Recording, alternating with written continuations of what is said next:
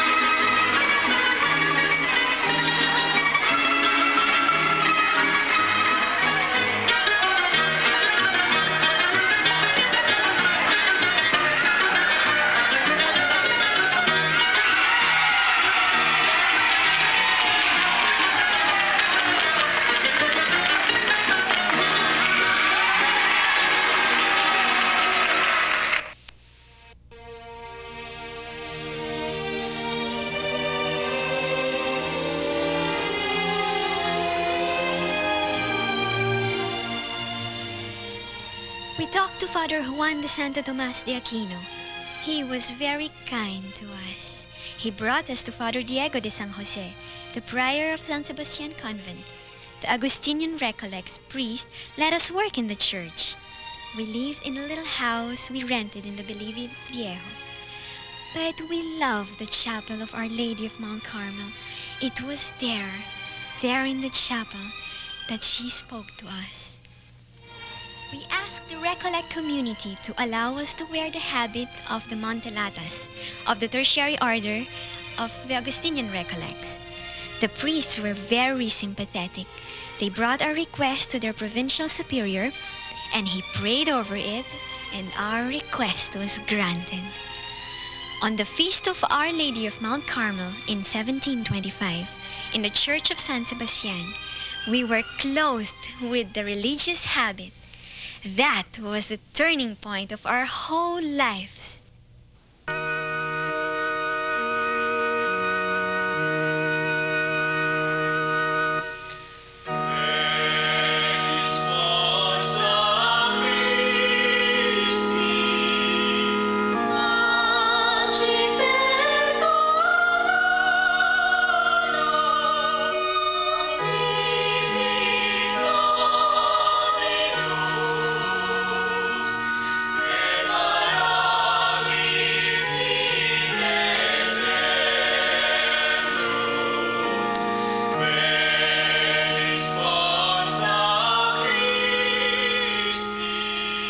Dionisia, why are you here? I am here to beg for the mercy of God through the Blessed Mother, and to beg for the sacred habit of the discalced religious of our Father, Saint Augustine. Rosa, why are you here? Father, I am here to beg for the mercy of God through the Blessed Mother, and to beg for the sacred habit of the discalced religious of our Father, Saint Augustine.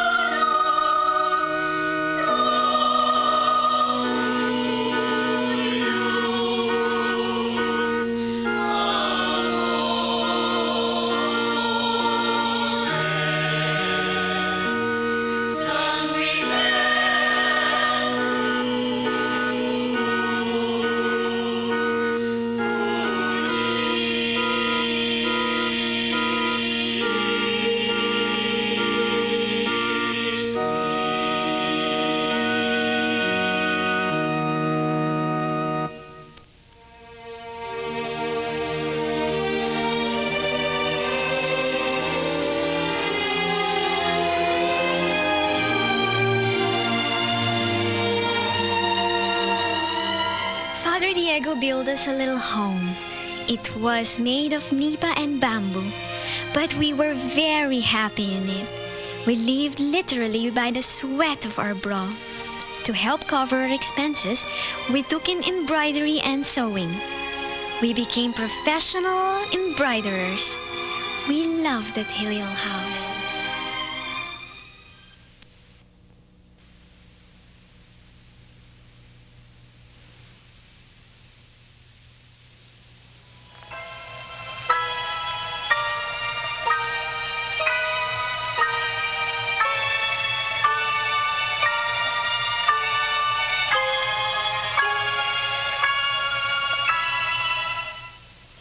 Oh, Did I frighten you?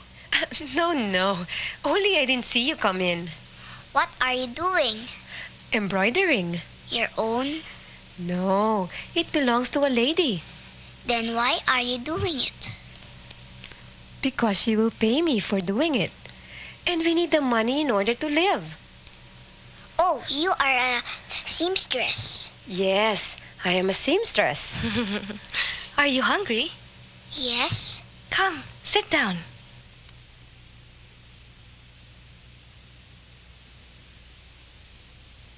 Bibingka and chocolate. What's your name? Jessie, what's yours? Rosa. Sister Rosa. What's your name? Me? I'm Dionisia. You know something? What? I like you. Oh, thank you. You are beautiful. Both of you are beautiful. Well, how old are you? 7. Aren't you a little young to be flirting with strange women? I'm not flirting. I like you. I like both of you. And you are not strange women. You are my friends. And you are beautiful. Do you say that because I gave you the bibingka? No, I say it because it's true. Are you Filipino? Of course. You don't look like a Filipino. That is because of my mother. My mother was born in another country, Oh, what country? Middle East. Are you alone here? Yes. Aren't you lonely? Well, not really. No, Why not? because when we're alone, we talk to God. Mm-hmm. And God talks to us. Just the way you're talking to us now. Oh, you pray. Yes, we pray. Yes, we pray. That's why you are beautiful. Huh? Why? Prayer makes a girl beautiful. Oh. When a girl prays, she is touched by the hand of God. I see. And who taught you that? My mother. Oh. Well, I have to get back to my embroidery. Oh, and I have to get back to my sewing. Maybe I have to go now too. Yes, your mother will be looking for you. Mm-hmm. Yes, goodbye. Goodbye. And thanks for visiting us. Bye. Thank you. Thank you for the bibingka.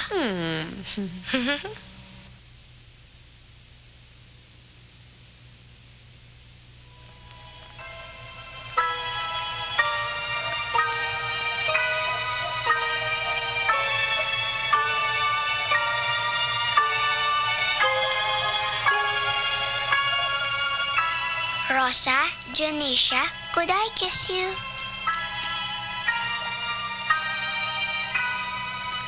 What's your mother's name? Maria.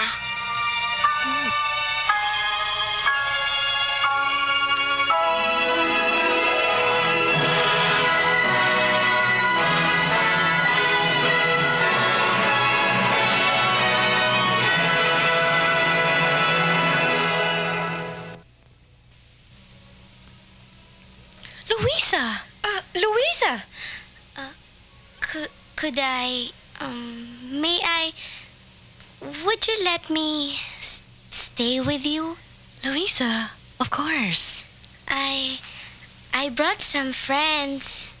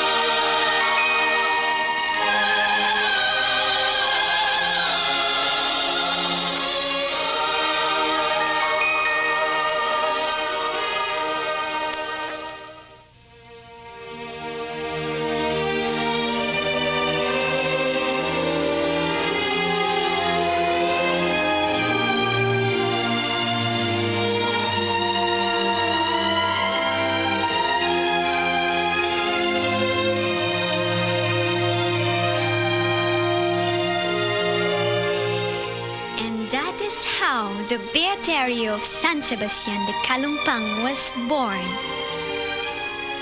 We were so happy in the Beaterio. There were 10 of us, Dionisia and myself and 8 others. The girls came of their own free will. We did not advertise. We did not persuade anyone to join us. They just came.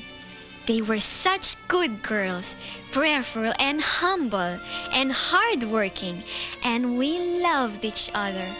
We gathered strength from each other.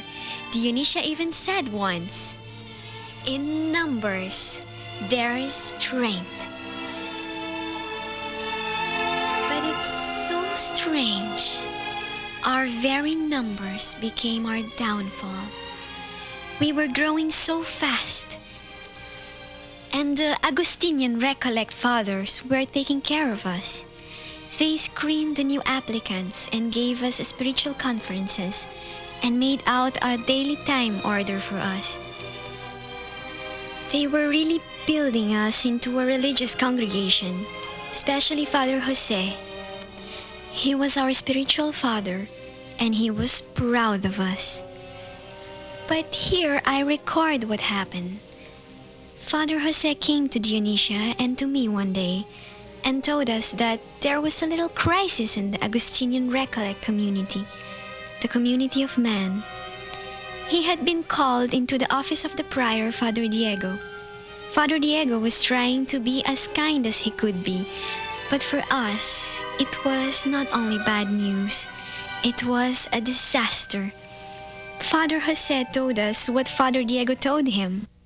Dionisia and Rosa and the other 8 beatas will have to go. But they're such good girls. They're so prayerful. They're so close to God. I think that they're a grace to all of us, to our whole community. I met with all my counselors. They agree with you. The beatas are a blessing. Dionisia and Rosa are saints. But Jose, it's a question of priorities. It's a question of manpower. We already have too many apostolates. Our missions in Mindanao are under fire. They have a famine there, and 3 of our missions were raided by the Moors, looted. 2 conventos were burned to the ground. We have to take care of the missions. That apostolate is primary. Couldn't we do both? The missions in Mindanao and the Beaterio in Manila. That was the subject of our meeting, precisely that. And my counselors voted 6-2. That is too much for us right now. We do not have enough men. But the Beaterio is attracting so many girls, so many good girls. That's the problem. That's exactly the problem. They are increasing every day. They are multiplying like rabbits. Jose, whatever we do, we should do it well. And this Beaterio is getting too big for us. If we accept as parents, we have to guard them and guide them and immerse them in the spirit of Saint Augustine. We do not have enough men or enough time to do that. The Beaterio is such a beautiful apostolate. The council knows that. But one of them said, it is just that we have too much of a good thing. The work of guiding them is good, but we cannot take on every apostolate that is good. We have a responsibility to missions. The missions must come first. So, what do we do? The decision was made. They must go. They must leave the Beaterio. Couldn't we reconsider? The decision is final. So they no longer dress as beatas? They no longer wear the Mantelatas? They remove the religious garb? Yes. And Jose, you have to tell them. All right, all right. I will tell them. Diego, I think we are making a mistake. If it's a mistake, we made it on our knees. We prayed over this. Jose, I know that this is hard for you, but you have to tell them. I'll tell them.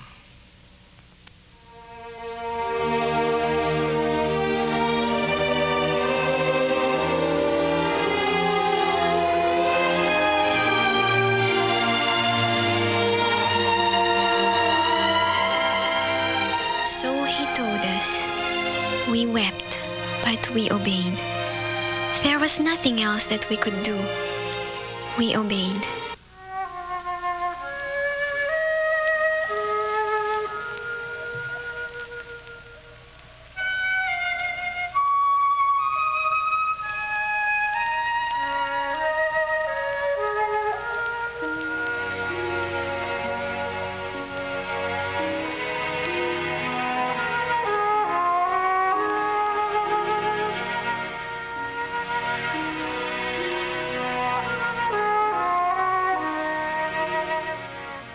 Dionisia, Rosa, I am sorry. We are really sorry. Father, could you give us your blessing? Yes. Benedictio Dei omnipotentis, Patris et Filii et Spiritus Sancti, descendat super vos et maneat semper. Amen. Go in peace. In peace.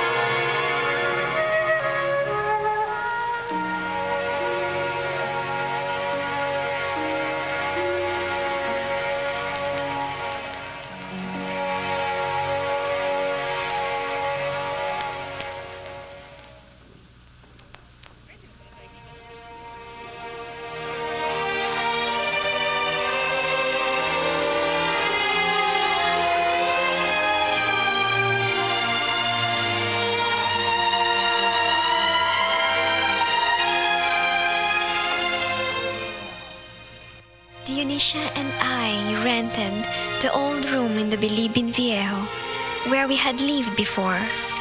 We no longer dressed as religious. We were really lay women again. But we continued the religious practices of the Beata. Father Jose did not abandon us. He came to see us often.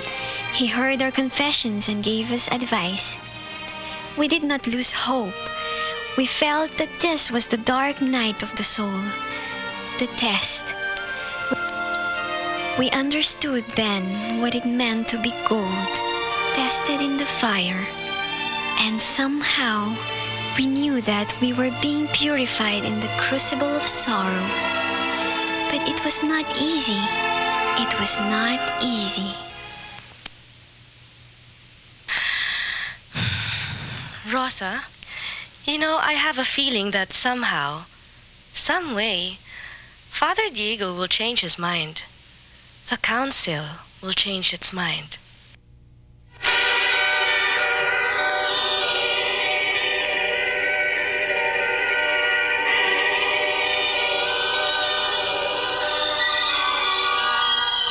Of course, they will not change their minds. They never change their minds. These Augustinian friars are too proud to change their minds. The decision has been sent to Spain. The decision is recorded in Madrid. How could they change their minds? Rosa, don't you see that they do not want you? Dionisia, don't you see that you are not wanted in that monastery? Don't you see that God does not want you? God doesn't want you. Rose, Why must you go where you are not wanted? And you, Dionisia, why must you go where you are not wanted? Have you no shame? Once upon a time, you were a lady. You were a great lady in Bulacan. Why have you sunk to these depths? Begging on your knees from men that they will take you in? Are you a beggar now? Are you a beggar? The one who wants you is Manolo. Manolo wants you. Manolo loves you. And you love Manolo. Go back, Dionisia. Go back to the beautiful house in which you were born. Go back to dignity, to honor. Leave this wretched room. Go back to prestige and power. Power, Dionisia, power. You are not a beggar. You are a leader. You belong to the first family of Calumpit. You came from the family of the governor. You have power, Dionisia. You have power! Go back to Manolo. Go back to love. Go back to the life you knew. The sweet life. The beautiful life. The place where you belong. Go back to the place where you belong.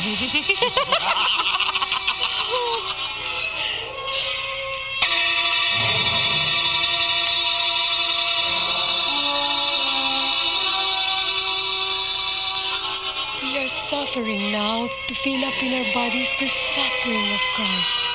We are suffering because he suffered. This is the cross. This is the cross. This is Calvary.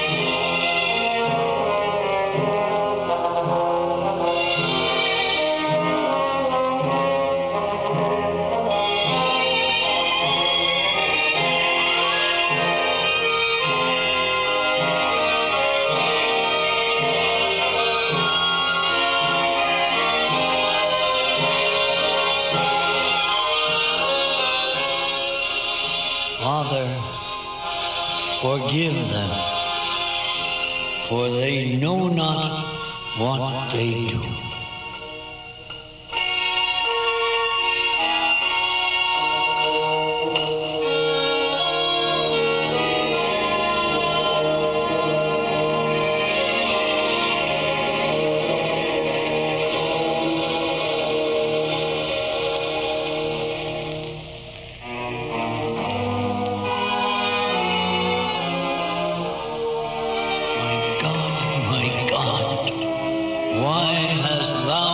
Forsaken me. God has not forsaken you, Lord. God has not forsaken you. God is with you. God is with you now. And God is with you, Rosa. God is with you, Dionisia. God has not forsaken